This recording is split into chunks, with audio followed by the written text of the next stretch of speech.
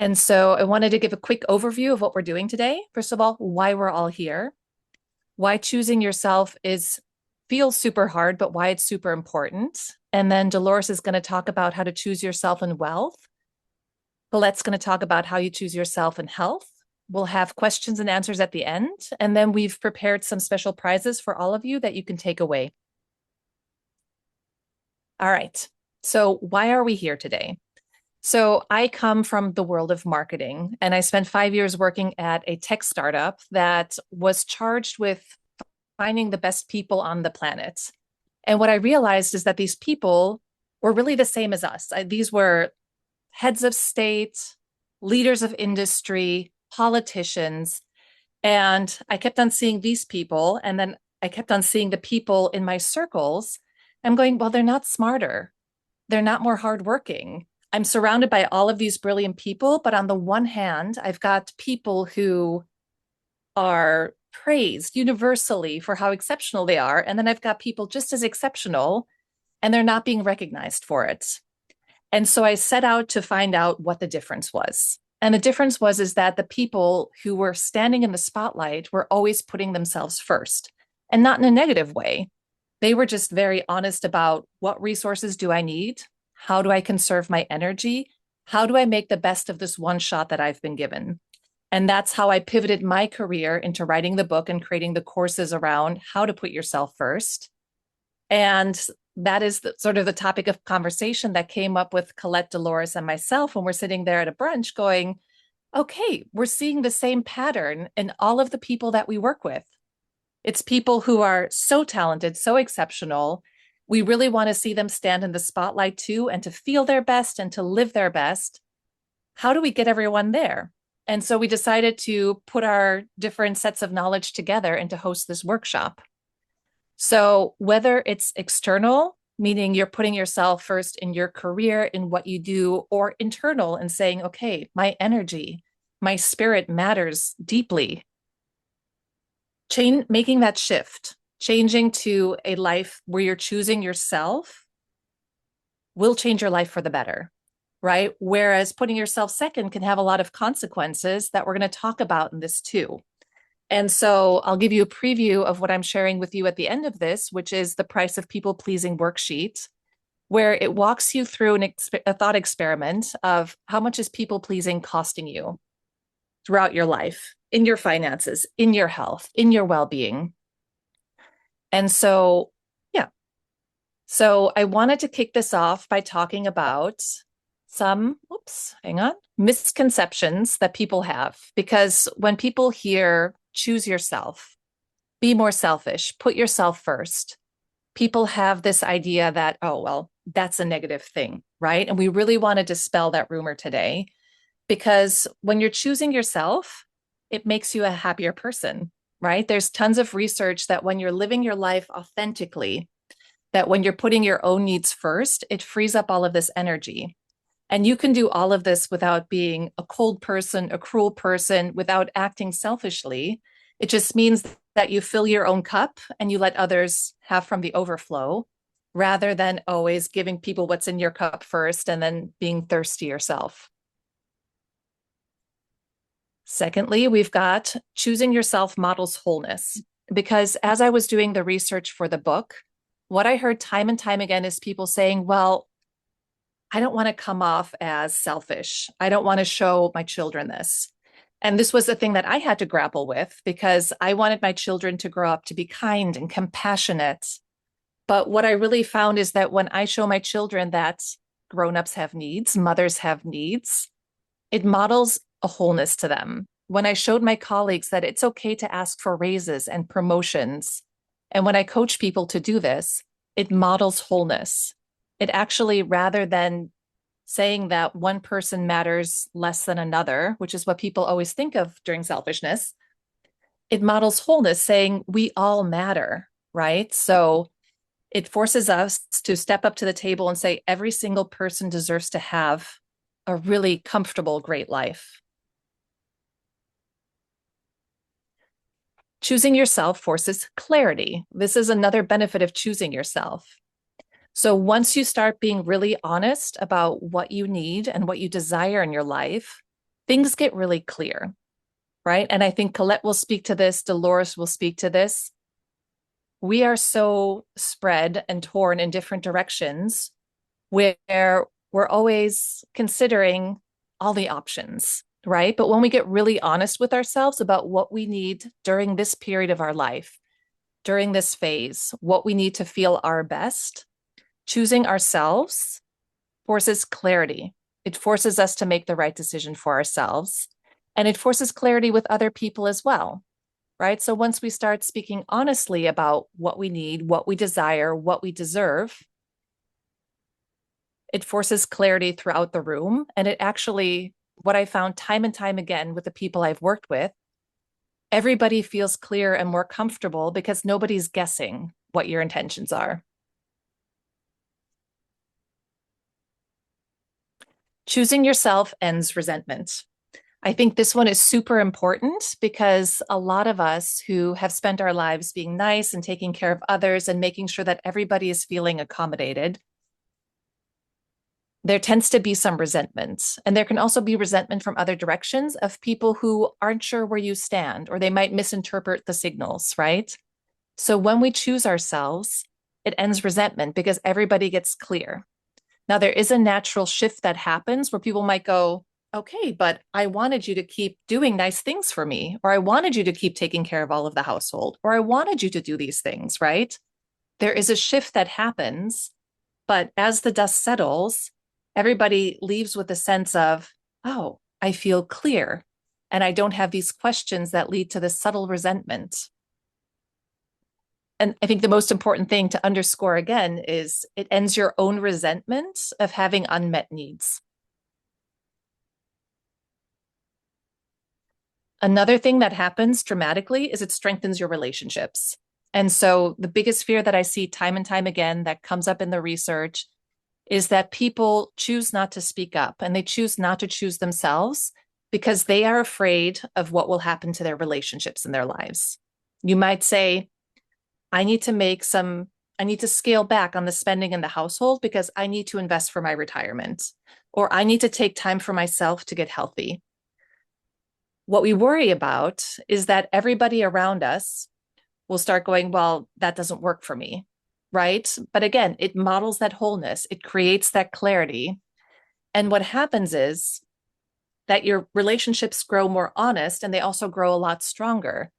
And then the benefit that I've seen time and time and time again is it's like a little spark that lights all these different fires that when you start choosing yourself, people around you start being honest, whole, clear, choosing themselves as well. And it's sort of like all boats rise on that tide, right? Time and time again, when you model choosing yourself, putting your own needs first and getting clear on what your needs are, everybody rises along with you. Even if there are some shifts in the beginning because the kids don't want to put things in the dishwasher and the husband may not want to take care of the chores or whatever it may be, or the colleagues might not like that you're finally speaking up for what your needs are. Again, the shift happens, but what happens after the shift is pure magic. All right. And choosing yourself builds your legacy, right? What do you want to be known for in life? What do you want to achieve? What do you want people to remember you for? This is such a powerful exercise. And I did this when I was in my 20s. And I hadn't really established a life. I hadn't done any of these things.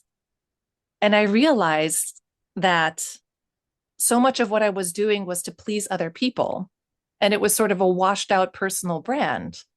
And then this author asked me, well, what do you want your legacy to be? What do you want people to say when you leave one day? And I'm going, oh, well, I want them to say this. But when I don't put myself first into a position where I can do those things, where I can live the life that I want and do the things that I want, then that legacy gets washed out, right? All of us have so many amazing, wonderful things to share. And when we actually choose to be honest and choose to put our needs first and choose to give ourselves the time, space, and resources to make those things happen, that is what builds our legacy. All right. And then I'm going to be really bold and I'm going to be arguing that choosing yourself makes you a better person, right? Because we do spend so much time taking care of everything else. But when we are honest, when we are clear, when we choose our own needs, we become a better person because there is so much clarity that surrounds us. And we show up fully. We have the energy to show up fully. We have the resources to show up fully.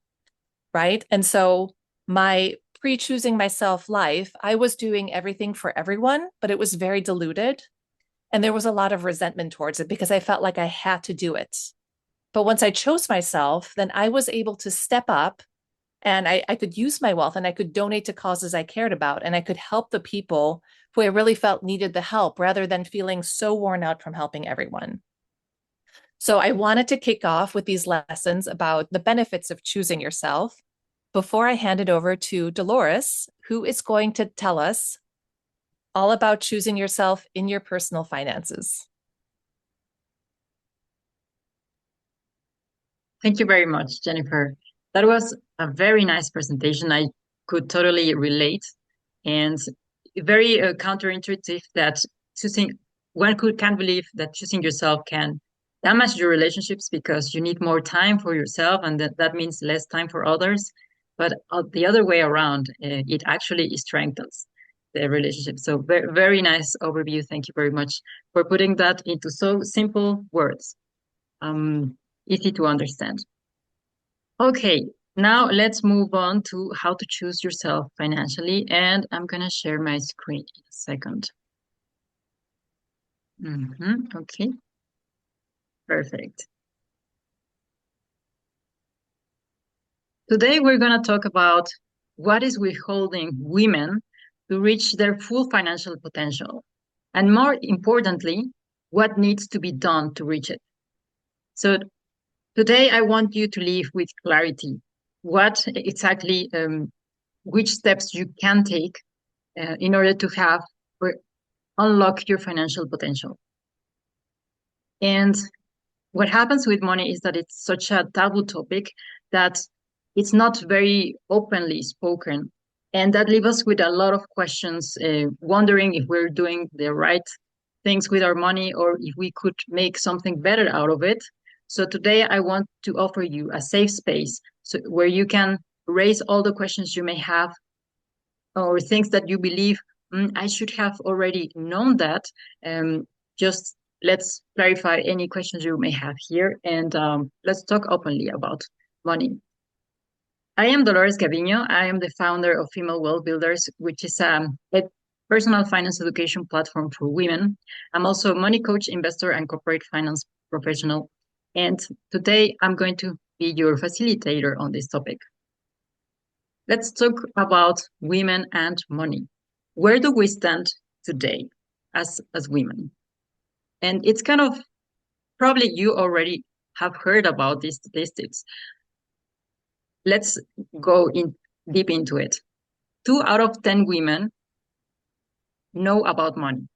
That means that 8 out of 10, if we have a room with 10 women, 8 out of them don't know how money works. And that leaves us in the shadows, in the darkness about what we can do better with our money. We already know that women earn less than their male counterparts, and the number globally is around 20% lower income. Seven out of 10 women prefer to save instead of investing. And this is the main fear here is I don't want to lose all my money. And that fear, I also had it when I started learning about investing. But trust me, once you know what you're doing as an investor, and it's not rocket science, if you learn how to drive, you can learn how to invest, you will invest with confidence. And what happens here, and I'll show you in a later slide, what happens when you decide to save instead of investing. You are losing or you're missing massively on the opportunity of compound interest. And I will show you so you can see it with numbers. 2 out of 10 women are at risk of poverty on their retirement.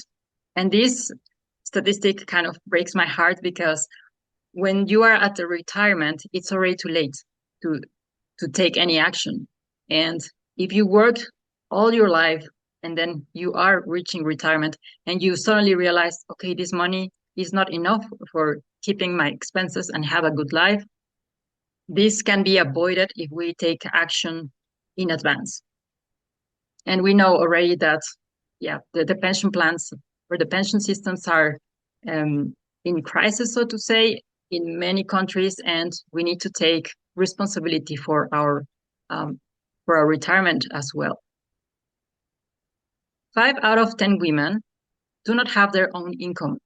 That means that they depend on someone else to survive, and that completely removes the power of women financially. 7 out of 10 women delegate their financial decisions. Many women, many women tend to leave the financial decisions to someone else, like the husband, the father, someone else, and that leaves them completely out of giving a direction on financially. That means that we as women are at a financial disadvantage. And this may not be something new. Probably you have heard about these statistics, but what happens when the statistics go into real life? And the thing is that there are life events that we are exposed to, and probably you already know some friends or family members who have gone through these life changes that can put you in a financial struggle, and this can be avoided. But when I say about life events, this can be um, divorce, or breakup. When, for example, the husband is the provider of the family, and then you split, and then you suddenly, as a woman, you have no income, you have no assets, houses, or money, and that can put you in a very, very hard financial situation, which was my case. Also, domestic violence, and this is not very openly spoken because there is kind of a sense of shame on the topic, but it can also include financial violence when you're so restricted with money, or psychological violence when you're just not treated with respect. And money is one of the aspects that avoid women to leave these abusive relationships because they don't have the resources to move forward. And this can be avoided. Some women stay even decades in those relationships. Pregnancy is one of the other life changes because women tend to take some time off from work to take care of their children. And that means that they can, let's say, add less to their retirement funds. That means that they will receive less money on retirement. And that also kind of freezes their income growth. Health problems can be of yourself or a family member you need to take care of, or you cannot work because you're not feeling well. That also can affect your financial situation. Death of the provider or for a family member, that can also trigger some financial struggles. Loss of employment, now that we are having these massive layoffs, very commonly, openly happening, that can also put yourself in a financial struggle. Or retirement, if you reach retirement and you suddenly realize, okay, my retirement fund is not enough for having the life I want to have, can also put you in financial struggle. And second. Yeah. I'm not sure if you are aware of this lady, but she became very famous, very trendy, and very viral on TikTok because she made a TikTok explaining her situation. She has been a stay-home mom for a decade or even longer, and from one day to another, her husband just told her, "Hey, I don't want to be with you anymore. I want a divorce." And suddenly she didn't have any money or even a house where to live, and she had kids to take care of. And she openly spoke that she she didn't feel ready to go to the world and take care financially of herself. So all of these situations we can prepare for, because life will bring some of them, and we can definitely, we don't have to go through the struggle. And yeah, these all are making us a little bit vulnerable. But what exactly, and this is very important to understand, what exactly is making you financially vulnerable as a woman? And for example, not having assets under or money under your name, meaning there's no real estate or bank account with your name on it. That makes you financially vulnerable. Not understanding how money works. And this is very important because sometimes, or very frequently, money conversations are left to male, or to yeah, to men. And that hinders us to understand, okay, what is the best decision? Maybe what's an interest rate, and how does mortgage work? If I have a credit card, how does it work? How can I make the best out of it? So this can put you also in a vulnerable position. Not participating in financial decision, leaving all the decisions to someone else, keeps you away from the knowledge. Not having an autonomy plan, that means that, okay, if something goes wrong tomorrow, how much time or how long can I survive financially, or have how much money do I have to survive in, or do I have money for the next 1 month, 6 months, 1 year? Yeah, in case you have this one of these life-changing situations. And depending on someone else, and this is very yeah, very important, because you are at the mercy of someone else's decision if you are not financially independent. So these are the specifics of what makes you financially vulnerable. And I'm very sure you know someone or a family member, because these are very common among women. Okay, so now let's shift to how can you start to choose yourself financially? And the first thing I need to say, and I want to highlight this one very, very strongly, it's to acknowledge that you and only you are responsible for your financial situation. So taking responsibility of your financial situation today and in the future is your first step. That means no one else is responsible for it. Not the government, not your partner, not your parents, no one else. And it's easy to blame, like, oh, the government, the financial instability, the global crisis. No, start with you, with take the power and acknowledge, okay, what can I do on my own to have a better financial situation?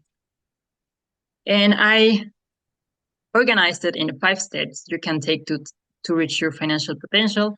The first one, and very important, and that's why I had it a specific slide, is take responsibility of your current and future finances. The second step is decide which financial future you're aiming for. And this is very important because sometimes, or it's very frequent, that we know we want more money, but we don't know exactly what for, or how much do we actually need? Which kind of life do you expect for yourself? And having this reflection of to understand where you're going, it's the trigger for the financial decisions you will take later. Step number 3 could be to open an account, if you don't have one, under your name, and build an emergency fund. An emergency fund is an amount of money that covers your monthly expenses from 3 to 6 months. Yeah, for this, you need to know how much is your expenses per month. So you can, let's say, if your expenses per month is 3,000 euros, and then you can have in that account 3 months of those expenses would be 9,000 euros. That would be your emergency fund total in that specific account. And an emergency fund is a life changer. Life changer really gives you peace of mind of whatever happens in life very unexpectedly. For example, the washing machine broke down and you need to buy a new one out of nowhere, or your son gets sick and you need to buy some medicine. You can afford that. You can face that. So the emergency fund is the first step when it comes to money. Yeah, to start your financial solid stability. Next step would be to pay off your high interest debt. High interest debt, for example, credit card debt, can be a big financial problem because normally the interest you need to pay is very high. For example, 13%, 25%. Even in Mexico, there are some credit cards that have 80% of interest, which is completely insane. If you want to build wealth, you need to get rid of your high interest debt. That's yeah, that's definitely something you need to prioritize. And finally, the fifth step is to learn to invest and to start, because and I'm going to show you, investing can really change, can really explode the growth of your money. And we as women are normally very far away from this topic, and we're losing massively. I'm going to show you. And make your financial education a priority. You need to know how money works so you can have the power. The knowledge is power. And if you combine it with action, you can completely transform your financial situation in 1 year. Take action. Very important. And I want you to understand the difference of what happens if you decide to invest or if you decide to save the money and leave it in one account where you just put it, add a little bit every month and just leave it there. Don't be terrified about this graph. I'm going to break it down for you. So in the vertical axis, we see the amount of money, let's say the savings or investments, and on the horizontal axis, we see the years. If you start in 2026, and in the next 20 years, how much money you will have if you have, let's say, here, this is a simulation of only 25 euros per month on a bank account. And let's start with the gray bars. The gray bars is the savings. The savings means you have the 25 euros every month and you put it in a bank account. And this is normally what we do as women because it feels safe. It's mathematically very understandable. 25 times 12 means 24,000 in 20, yeah, 20, yeah, no, 300,000, sorry, 300 euros at the end of the year. So in 12 months, if you add 25 euros, you end with 300. And then that amount continues if you continue on the 20-year period. At the end of the period, let me show you. Let's say you start in 2026, then you have 300 euros at the end of the year. And then you continue doing the same until 2045, and you will reach an amount of 6,000 euros in your bank account. This is what most of us women do. And that's it. End of story. Very straightforward, and it feels very safe. But what we don't know and we don't realize because lack of information, it's only lack of information, is the possibilities about investing. And if you do the same situation, you put 25 euros, but now in an investment account over this period of time, you will start having returns. And the returns are the purple or violet bars. So On top of your savings, you will receive an amount that is called the returns. And here I'm simulating for an 8% return, which is the average that the market delivers per year on the last 4 years in the stock market. So you will start receiving these returns, the violet bars, and it will trigger an effect that is called the compound effect of the interest. Eh, and this has an exponential effect. So it will grow so much that in 2045 you will have 8,827 euros only on returns. And this is on top of what you have, let's say, you could have saved.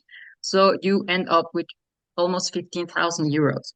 And if you just save, you will have only the gray bar. But if you invest, you will add the violet bar and you end up with a lot more. And this is something we need to understand and to have visibility. Okay, saving is good, but you can also invest a part of your money and benefit from this compound interest effect. If you have any question, let me know. We can answer that. We will have a Q&A section at the end of the event. And I want to raise this, let's say, statement to you. Personal finance is a form of self-care. And this is something I say a lot because when we think about self-care, we think about bubble baths or a mask for the face. But actually, taking care of our money and making it strategically serve to our purposes, because they are very individual, from my point of view, is a form of self-care. And I would like you to see it as the same way. If you are curious about starting to learn about investing, I have a program called From Saver to Investor that you can have a look in femalewealthbuilders.com /join us, where, yeah, in 12 weeks, you will, it's a hands-on program where I will take your hand and we will end up, you will end up with an investment account already working and with a strategy very clear and adapted to your own personal goals. And if you want to connect, here is my LinkedIn and my Instagram, and here are some readings that may be interesting for you if you want to continue your financial education. And yeah, now that was all on the finance part, and now I will hand over to Colette. She's going to tell us about how to put ourselves first on the health part. Yes, Dolores, thank you very much. I am going to do that. First of all, Jennifer, I'd like to just get back to a point that you made, that you had said that putting yourself first makes you a better person. And you sort of felt that was a bit controversial, but I have to say, I agree with you that in my experience, when women in particular put themselves first, they set their boundaries, and it helps then other people, people that they love, the people that they share their life with, to know how best to make them happy, essentially, and everybody benefits from that all round. So I agree Absolutely. with you there.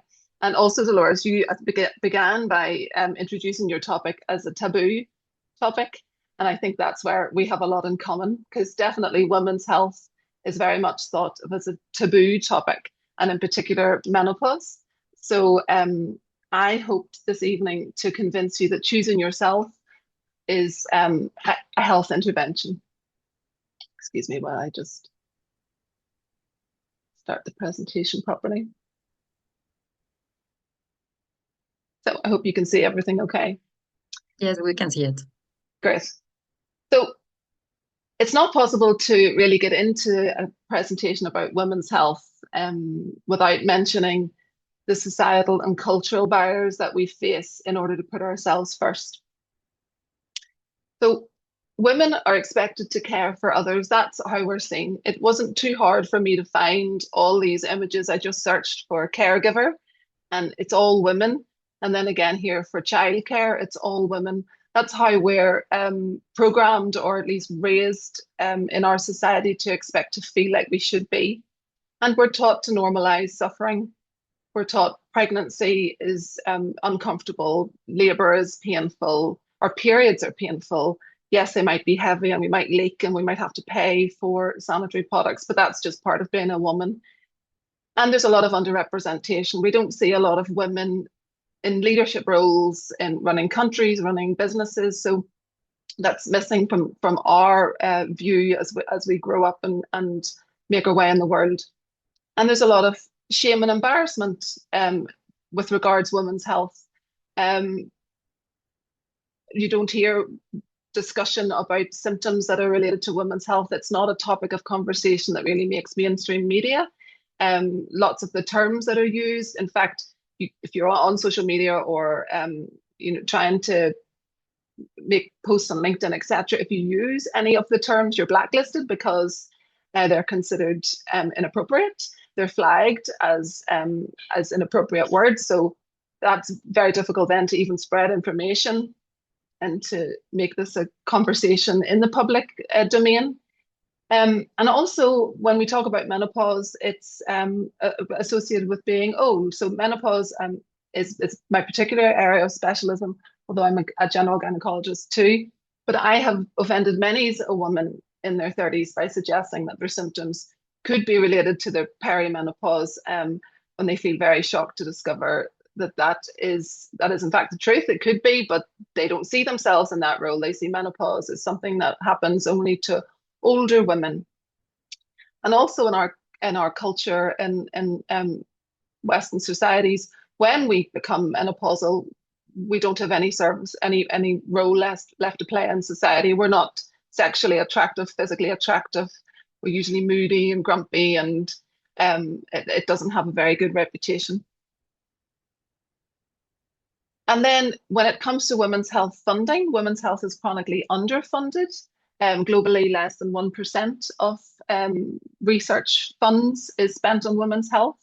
And there's a significant disproportionate allocation of funds. So erectile dysfunction affects 19% of men, but there's 5 times as much spent on research for erectile dysfunction than there is for premenstrual syndrome, which affects 90% of women.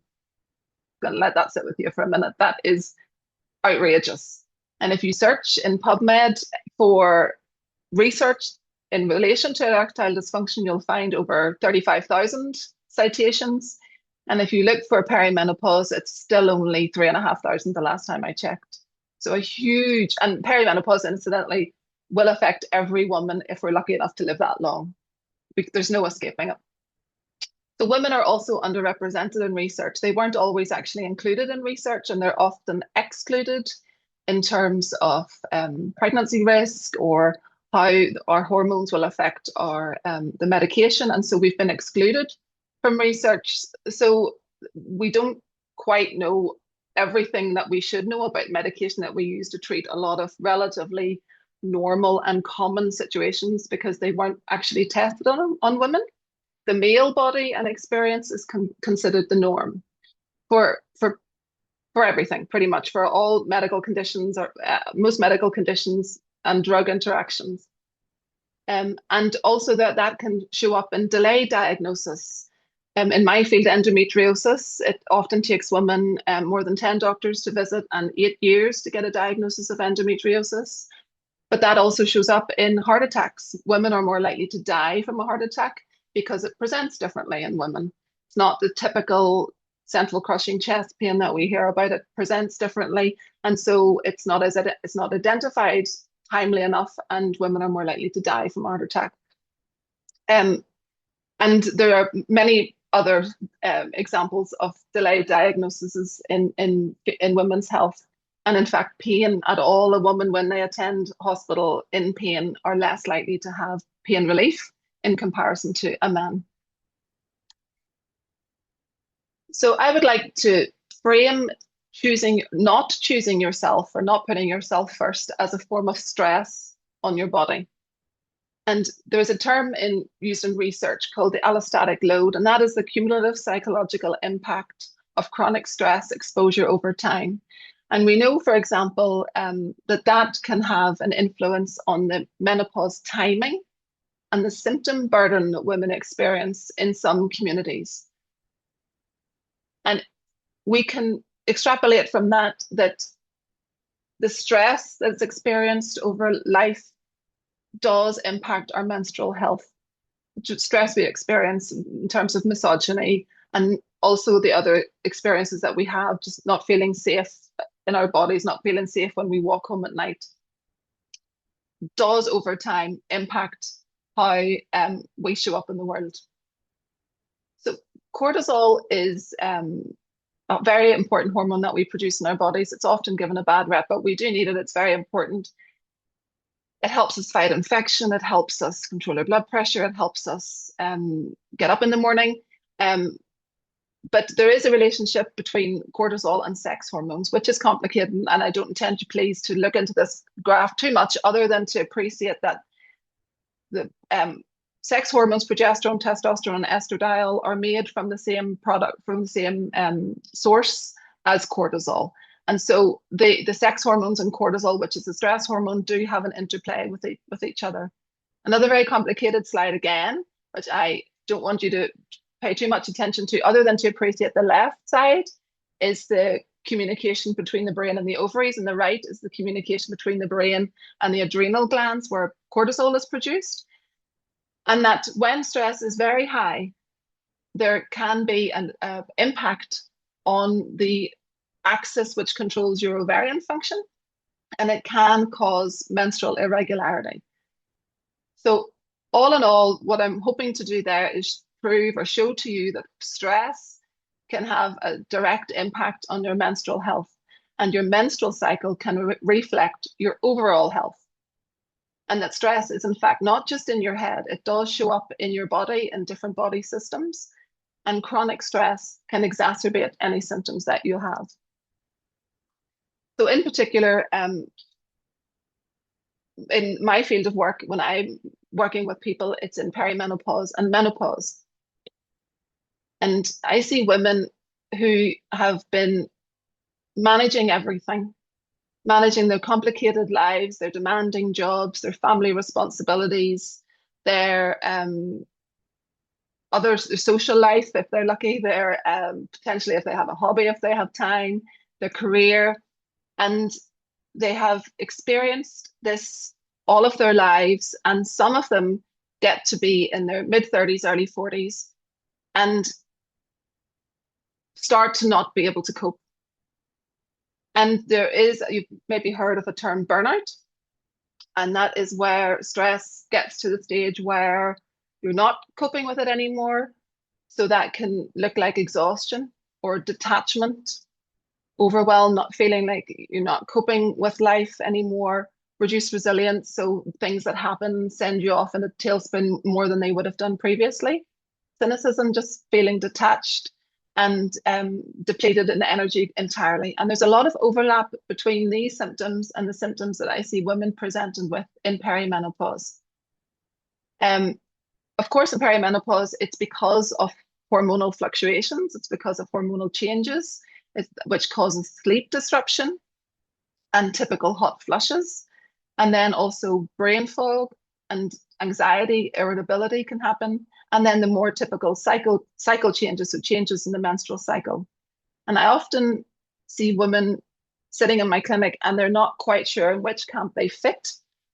And that is because can be hard to know in which camp that you do fit. But what's important to appreciate is that perimenopause can sometimes start 10 years before the periods stop. So that's very important for women to recognize, that although menopause usually is around 50, and that's usually when the periods stop, although this is a very big generalization, perimenopause can sometimes start 10 years before this.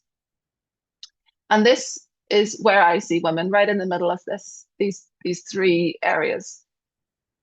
They say things like, I thought I was failing, and they felt that they were lazy, unmotivated, but in fact, it's their perimenopause causing the sleep disruption, which is affecting their sleep and causing them fatigue. That means that they have a genuine reason for feeling tired. I don't feel like myself. I'm irritable. I snap at my family and I don't know where it came from. And that is often due to reducing progesterone in the early stages of perimenopause. I'm not coping the way I used to. Life suddenly is just very difficult. And 60% of women in perimenopause will acknowledge that their symptoms are affecting their ability to do their job. And for the first time, they say, my career has stalled. I have stopped applying for promotions, or I have been given a warning, which has never happened before. And they feel like they have significant brain fog, that they lose track of their train of thought. They miss words in their sentence, that tasks take them a lot longer to complete than previously. Even understanding of new information can feel more taxing. And I've had women tell me, I feel like a fraud. I feel like when I go into the boardroom, everybody will know that I am not on game, that there's a chance that I lose my train of thought and I'll be embarrassed. And I'm considering quitting.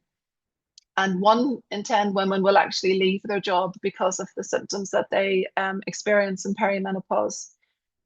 And so to circle back to Dolores's point in terms of health and wealth, that leaving your work or having to go off work to accommodate symptoms, or having to take time off to go and seek help or pay for help, can all feed into and leave us vulnerable to financial distress or concerns at this period in our life, which led me to communicate with Dolores about this in the first place, and then Jennifer as well. So the symptoms of perimenopause, I'm most certainly not going through this whole slide, but suffice to say, it's a lot more than hot flushes. We talk about perimenopause as if it's hot flushes and mood swings, but I see a lot of women who are quietly just withdrawing a little from their life, from their career plans, from their leadership positions, from their relationship, and from joy, because they're exhausted. They've been exhausted for a long time. They're so used to suffering. They're so used to putting up with things not being quite right, that they don't seek help until their symptoms are quite numerous and quite troublesome. But I don't want to be all doom and gloom in this chat. Not all of those symptoms have to present to every lady. Not every lady has to experience them all. But what I would like is for everybody here to be prepared for what symptoms that they might experience. And as part of this webinar, I've put together a worksheet which you will receive at the end. And in it, just some tips in dealing with preparing yourself for perimenopause. And I'll just touch on what I consider to be the main points briefly. So your physical health, in order to give your body the best chance at coping with the tasks that it's needed to do, sleep is the foundation for everything. Our brain cleans itself when we sleep. It improves our insulin resistance, which helps improve or maintain a good, normal, healthy weight. Our microbiome, our gut, also regenerates itself at night. So that is beneficial for all body systems. There is no absolute set in stone number of hours you should sleep. It's roughly 6 to 8. It should be there. It shouldn't be 7, 6 to 8 hours. But other things are important, like a regular wake and sleep time. Other things that involve good health hygiene are having your room at a cool temperature, wearing nice, comfortable clothes, not eating too heavy, rich foods before bed, not too spicy, and move your body in some way. Strictly speaking, I should tell you here to lift weights, and I do think weight training is very important. There's plenty of evidence to show that it has lots of benefits, reduces your risk of dementia, improves your insulin resistance, can actually also improve symptoms that you experience in perimenopause and menopause. But do whatever sport you like to do. Don't think about it too much, just move your body. Another thing I see a lot of women do is get stuck in a perfectionist trap. So a lot of women know what is required of them or what's recommended that they do in this phase of their life. I often see them in front of me telling me that they're doing X, Y, Z and B and plus and plus and plus and absolutely everything. Please, please, please, will I help them? And it breaks my heart. It's just start with something. Don't, it's easy to decide, well, if I'm not going to go to the gym 3 times a week and lift weights for 40 minutes, then actually I'll just do nothing. But while you're thinking about that, you could just get up and walk or do 10 squats and you'll have started. So I would say just do something. Your diet's very important. Eat a wide variety of fresh food of different colors with fermented food to feed your bowel, your microbiome rather, and increase your protein and fiber. Protein gets a lot of press. We need it to build our muscles, which protect our bones. But fiber is equally as important, and where the gut microbiome is very important, and also insulin resistance is a problem, and other issues can occur in this phase of life, like increased heart risk, increased cholesterol levels. Fiber is very important at regulating cholesterol. So fiber is very, very undervalued of how much of a difference it can make. And it's the one thing actually that I do notice that women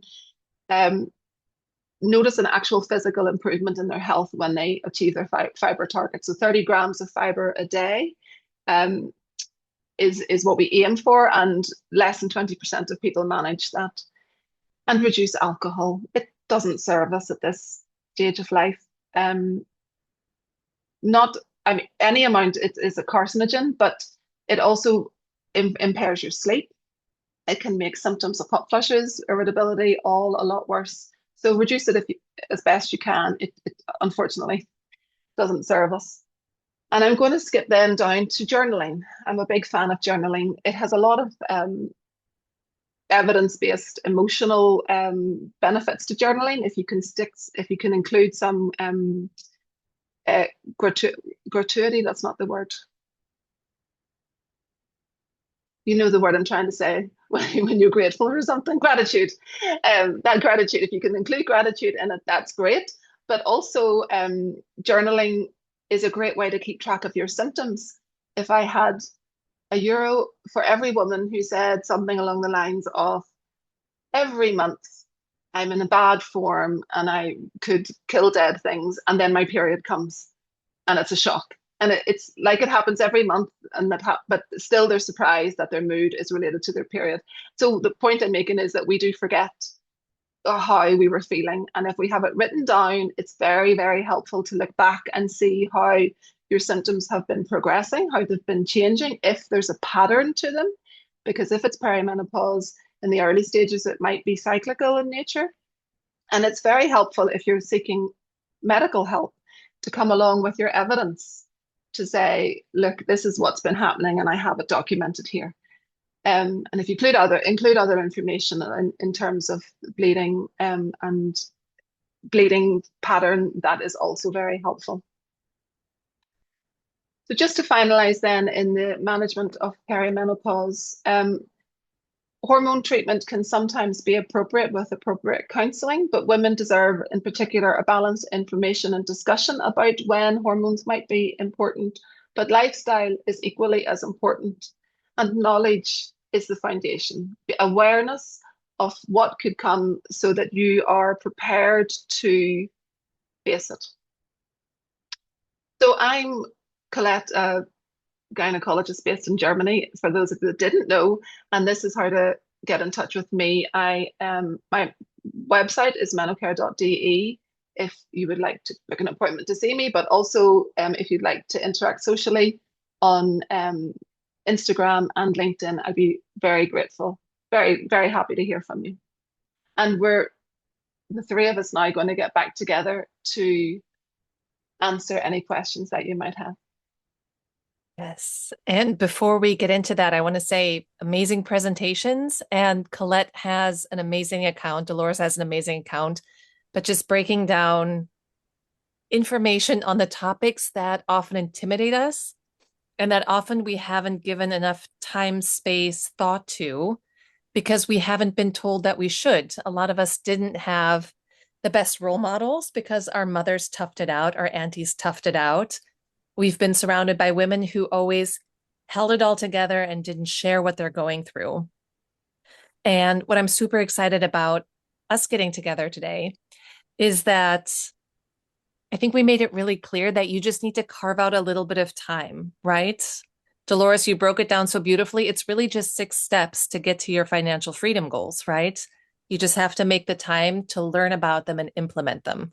Colette, it's a simple checklist. You have to do these things, right? But what matters is that we make the time to do these things. We educate ourselves to do these things because we haven't always had the role models to show us that these things matter, right? And life doesn't get easier as we age. Life does not get easier as we get more money coming in and more responsibility. And like I mentioned earlier on, right, the good habits, they pound quickly. Dolores illustrated this beautifully. Like even that $25 a month, which is what my mom did as well, actually. We just did her financial review and she started with $25 and she's now set to retire, right? And at the time, everyone was like, no, no, your husband has a great pension, but she's so proud of what she accomplished. But the good things compound, right? Getting that sleep compounds, getting your fiber compounds, speaking up for yourself, setting boundaries, it compounds. The negatives do as well, right? So I'm so glad that we're having this really open conversation about what it can be like, but what it can be like if we invest in ourselves now, if we choose ourselves now. All right, so let's take it over to the audience. Does anybody have any questions? Feel free to unmute yourself, get on camera if you'd like to.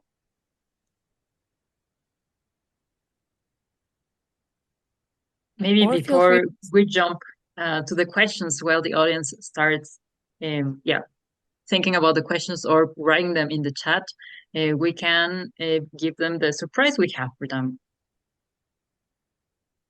We definitely can. Do you want to go first? Yes, definitely.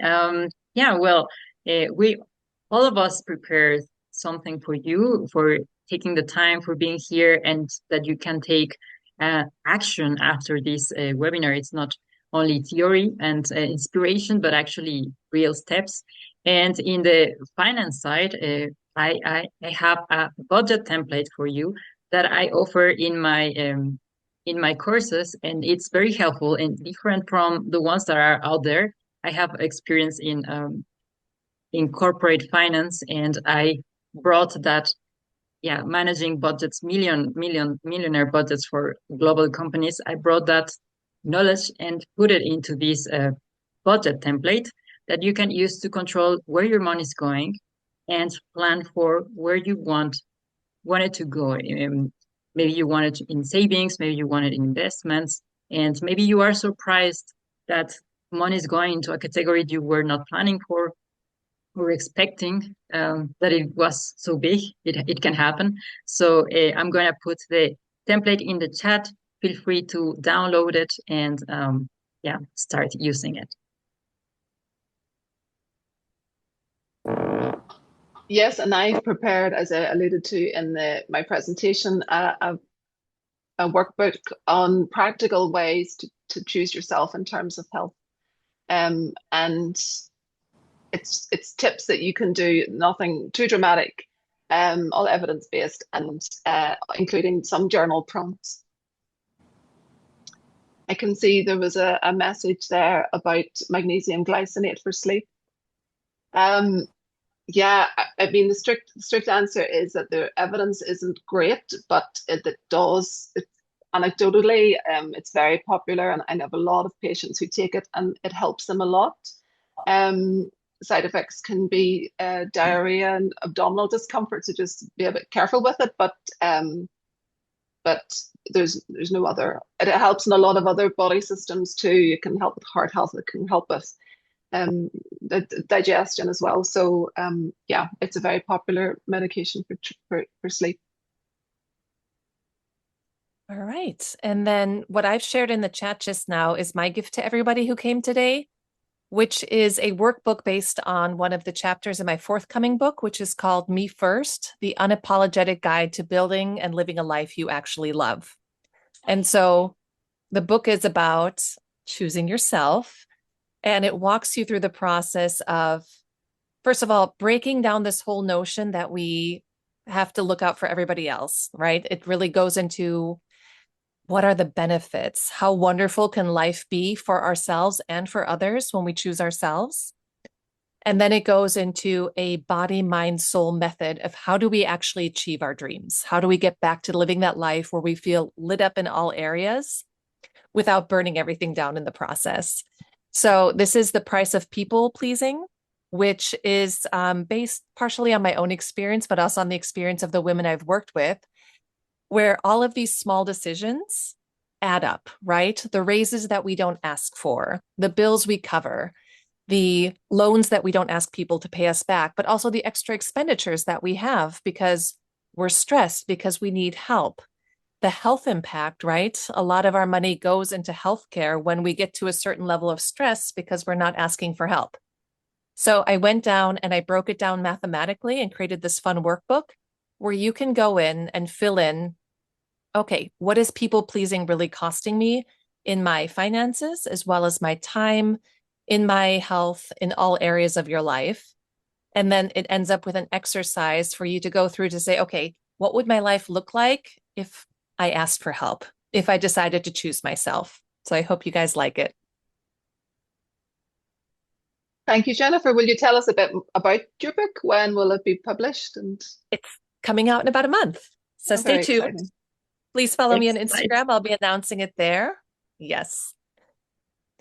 Very exciting. I already downloaded your resources. Thank you very much.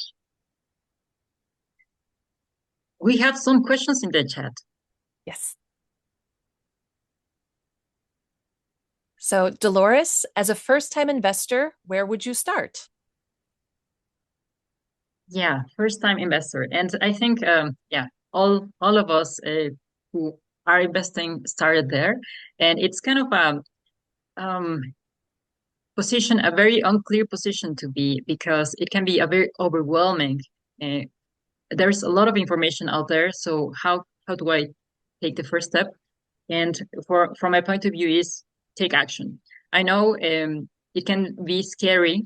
Just open your investment account in a broker account. It works like if you're opening an account in a regular bank, you go to a broker, you can Google brokers in my country, like brokers in Germany, and you will receive the list of brokers and you can review which one you like the most and just open your account. And yeah, second step would be, okay, learn how to, which product you can work with. I would say, yeah, the ETFs, for example, exchange traded funds are let's say yeah, um, the most popular way to start investing because they are so diversified. They have inside so many, can be even thousands of companies inside. So you're not investing in one single company and having the risk of what happens if that company fails. But with these packages, which are called ETFs, you can definitely start. But always try to have a strategy behind it. Like, why are you investing this money? When are you going to use it? Because when you start investing in the stock market, you need to take consideration that this money will be there for long term because the stock market goes up and down, and it needs time to recover if there's a fall.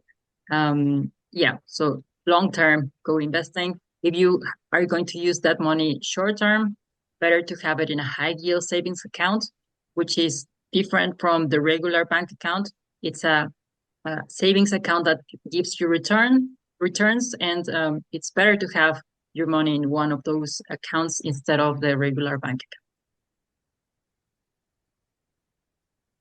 Yeah, let's see which other questions are there. Can I piggyback off of that real quick? Yes. Because investing is it's such, I don't know, it has a way of sending fear into people, right? And so I'd like to share my story and the story of my mother. So I learned investing the hard way because I was married and the husband took care of all of that. And then after I wasn't married anymore, I had to take care of all of that. And so I used a company and they built this whole complicated system and I had to unbuild it. So I learned how to invest, right? And then my mother came to me and she goes, well, I want to invest too, right? And the point I want to make is if you know somebody who's doing this, just ask them for help. Say, can you sit down with me for 20 minutes and walk me through this? Find somebody like Dolores who does this and say, walk me through this, help me set it up, because everything that I crash learned in 3 years just by, rolling with the punches during the pandemic and figuring everything out, I was able to teach my mother in 20 minutes, right? So it's complex, but it can be very simple. So, and I think this is for all topics. If you have questions, if you don't know how, ask for help. That's choosing yourself too. It's saying, I matter enough to inconvenience another human being for a few minutes so that I can get up to speed more quickly. All right. Definitely. Great advice. Thank you, Jennifer. Yes. So I have a question for both of you, and either of you can answer, but at what stage do you feel like people find you, right? Because there's stages of financial well-being, of physical well-being. At what stage do people find you? And at what stage do you want people to find you? Do you want to start, Colette? Well, I will just say that, yeah, I have too many women who come to me when they're on their knees. I mean, I couldn't do a consultation without a box of tissues on the desk, and it's heartbreaking. It's I do have the odd woman who comes early, and that's when I want to see women when they're at the stage of wondering, is this life? Is this just stress and burnout, or is this perimenopause?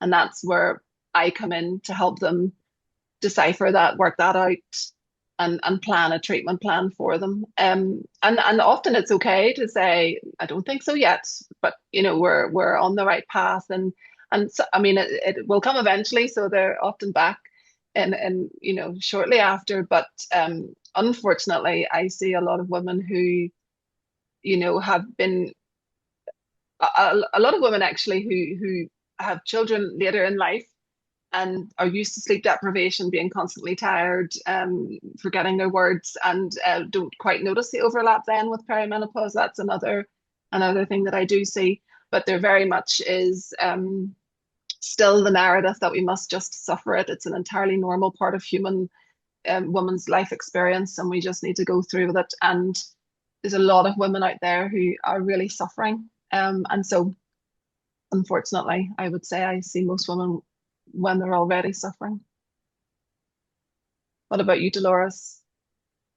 For me, women tend to find me when they have already some savings in a bank account and they know they can do more with that because they are tired or seeing the amount just parked there and they want to learn, hey, what can I do better with this money? So they try to learn how to invest, but they feel very overwhelmed because they don't know where to start and it's very confusing and out there's a ton of information. And I have already, let's say, I walked the path so I can, show them in very simple ways. It doesn't have to go with fancy words or anything. Very simple words, very understandable because investing on your own should be something that it's something that anyone can do, and you just need to take the steps. Yeah. All right. We had another question. How do you stay disciplined with investing long term? I mean, not pulling out investments for other goals. Yes. Here, the best way to do it is when you have your clear strategy. First, you need to, or what I do with my mentees, first is to make a plan for your life, like to make a life reflection. Where do you see yourself in the future? And we connect the emotion to that objective. So we break down the dream life, like we call it the dream life, into objectives, and that they are burning in their hearts. They really want to go into those directions. And then we broke it down into financial steps. Okay, how much do you need to save? How much do you need to invest?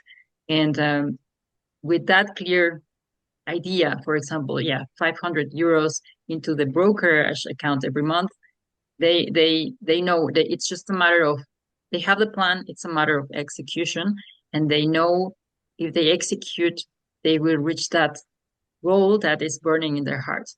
If from my experience, when there is kind of a disconnection between the emotion and the objective, it's very easy to just get distracted with anything else. Yes. I see there's another. I hope I answered the question. If not, please let me know. I see there's a question for Colette from OIFE.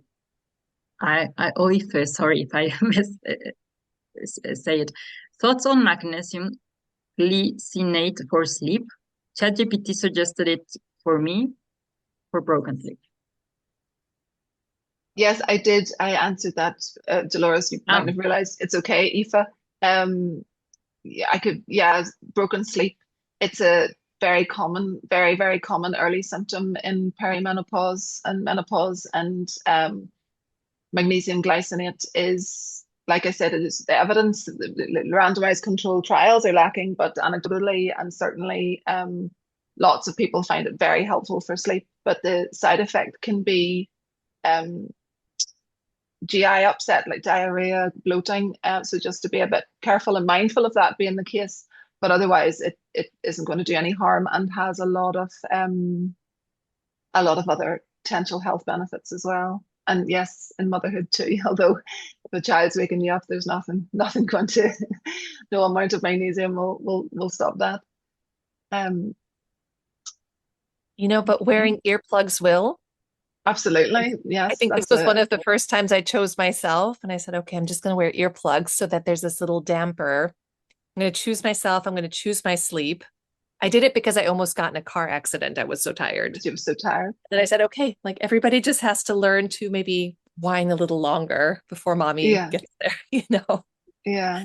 But this is the kind of like slow boundary building that, again, for everything is so important. That slow progress of just saying, okay, today I matter this much. I'm going to expand that. I'm going to expand it a little bit more until we have the sleep we need, the money we need, all of the things we need.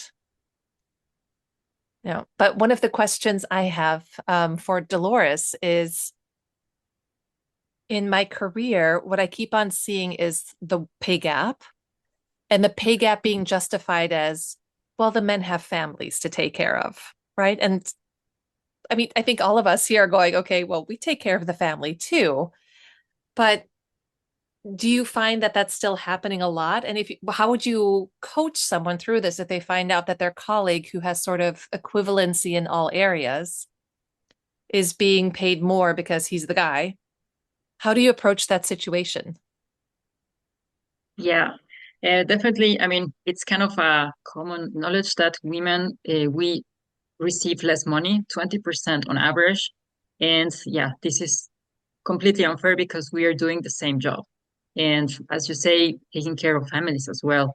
So what I recommend is to negotiate, to start speaking up and say, go with the manager and with a clear, let's say, the goals, or let's say the victories, to document the victories on the job, and bring this package to the manager and say, this is what I'm adding value in the company, and ask for the raise. Really, literally take a number and say it hard and straightforward, because if you don't step up for yourself, no one will. And yeah, for companies, the lower your income is, the better, because it's less cost for them. But if you're bringing value and you are very confident about what you're doing for the company, make it clear and ask for it. Yes. Wonderful. And I have a question about for Jennifer and a comment on the chat. Um, for the chat, Sarona Voltaire mentioned the S&P 500 is a decent option, and it definitely is. I just for those who don't know, S&P 500 is the index that contains the 500 largest companies in the US. So you can invest if you invest in that index, you let's say distribute your money among these all companies, 500 companies. However, it's very popular. Many people have it on their portfolios, especially in the US. But I want to highlight that it's only US focused. That means that whatever fact happens in the US, you will be very hit on the proportion on the US. So my recommendation would be go global. Don't focus only on one country or in one region. Normally, there's this investor bias of wanting to invest where you live because you know these companies and so on.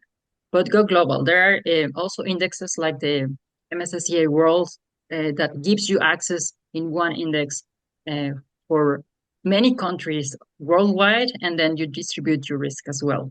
So yeah, this is my point on this comment.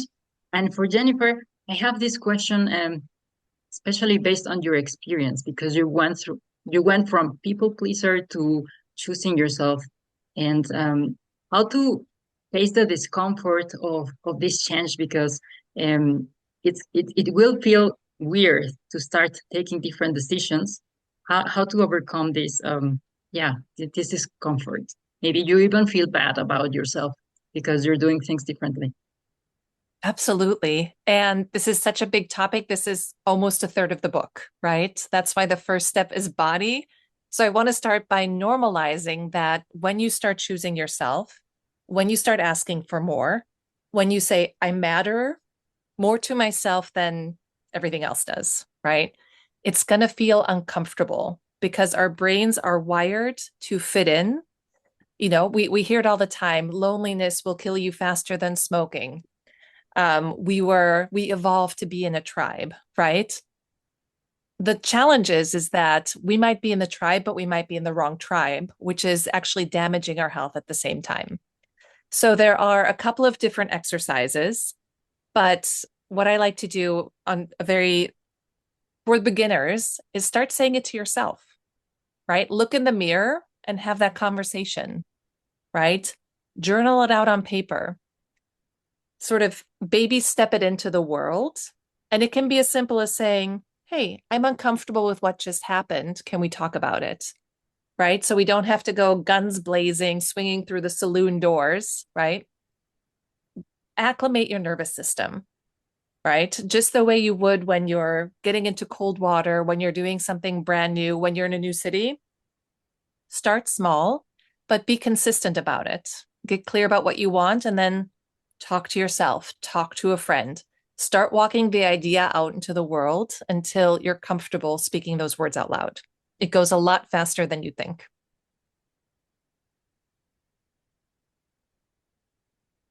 Thank you, Jennifer.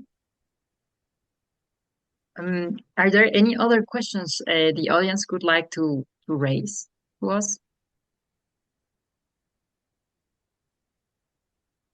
And Sarona says, I love talking about these topics. Thank you, ladies. Thank you for joining. Yes. And yeah, thank you for downloading as well the documents we prepared for you. Hopefully they are helpful. All right. I would say as we approach the end of this event, we would like to share a survey that it would be super helpful if you can fill it in. It's going to be super fast because we would like to know how you perceive this event and yeah, to understand what you think. I'm going to share the link on the chat here. Yeah, it's now on the chat, so you can have access and leave your feedback. Would be very much appreciated. Yes, and I'd like to All say if anybody has any comments or questions and they'd like to reach out personally, then please I know that Dolores and Jennifer would also be happy to answer any questions that you have, or continue any discussions then privately as well. So please do feel free to reach out. And you can follow us on Instagram, and I'm going to share our handles, and so you can keep in touch. And we are one DM away, and we continually are publishing about our topics, and that can inspire you, motivate you to action, and or bring more insights that you would like to have. Okay. Well, thank you everyone for coming. I hope you have a wonderful rest of the day, and we hope to see you all again soon. Good night. Thank you very much. It was a pleasure.